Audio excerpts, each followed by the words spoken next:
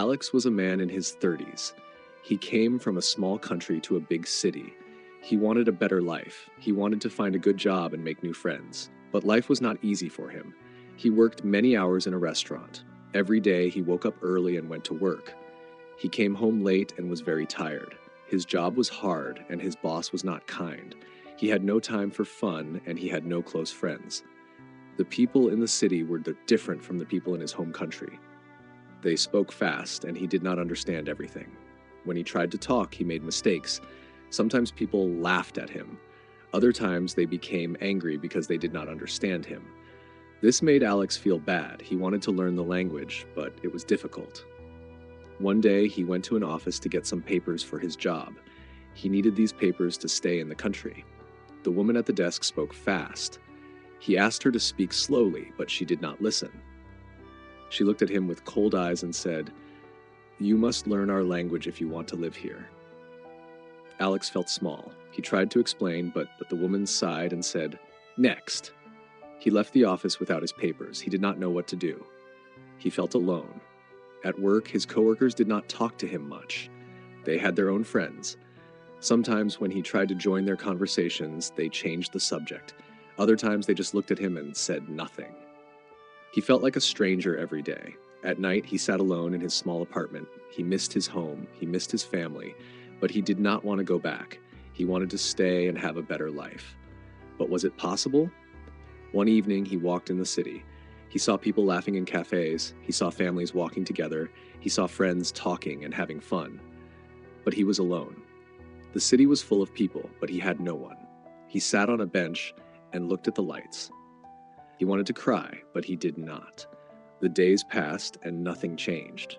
Work was hard, people were cold, and he was still alone. He tried to meet new people, but it was difficult. Some people were nice, but most did not care. He felt invisible. One day he got a letter. He needed to go back to the office for his papers. He was nervous. He did not want to see the same woman again, but he had no choice. When he arrived, he saw a long line. He waited for hours. When it was his turn, the man at the desk looked at his papers and shook his head. "These are wrong," the man said. "You need to do them again." Alex did not understand. "Please, can you explain?" he asked. The man sighed. "Not my problem," he said. "Next." Alex felt his chest tighten. His hands were cold. He tried to speak, but no words came. He walked out of the office. The street was full of people, but he felt like he was in a dark room alone. He walked without thinking. The city lights were bright, but he did not see them. His feet took him to a bridge. He stopped and looked at the water below. The river was calm. The city noise was far away. His head was full of voices. The voices of people laughing at him. The voices of people ignoring him. The voices of people telling him he was not good enough. He felt tired. Very tired. He took a deep breath and closed his eyes. The cold wind touched his face. He stood there, listening to the sound of the river. His heart was heavy, his body frozen in place. He felt like a shadow in a city that did not see him, a ghost in a world that had no place for him. Suddenly his phone rang. The sound startled him. He looked at the screen. It was his mother. He hesitated, but answered. "Alex, my son, how are you?" Her voice was soft and warm. Tears filled his eyes. I don't know, Mama." "Come home, Alex. You don't have to suffer alone." He shook his head. "I want to make it work here. I don't want to be a failure." "Failure, you are my son. No matter where you are never a failure. You are always loved." Alex's chest tightened. He had tried so hard, but he felt like he was drowning. The city was too big, too cold, too lonely. Was it worth it? A man passed by and stopped. "Hey, are you okay?" he asked. Alex wiped his tears quickly. "I'm fine." The man looked at him for a moment. "If you need help, there are places you can go. You don't have to be alone."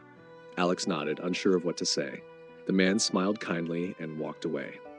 For the first time in a long time, Alex thought about asking for help. He had been struggling alone for so long. Maybe it was time to change that. He took a deep breath and stepped away from the edge of the bridge. The city lights still shone, and the noise of life continued. Maybe, just maybe, there was still hope. He dialed a number, a support service for immigrants. His hands were shaking, but he pressed call. When the voice on the other end answered, he took a deep breath. "Hello, I need help." It was a small step, but it was the beginning of something new, a chance, a possibility.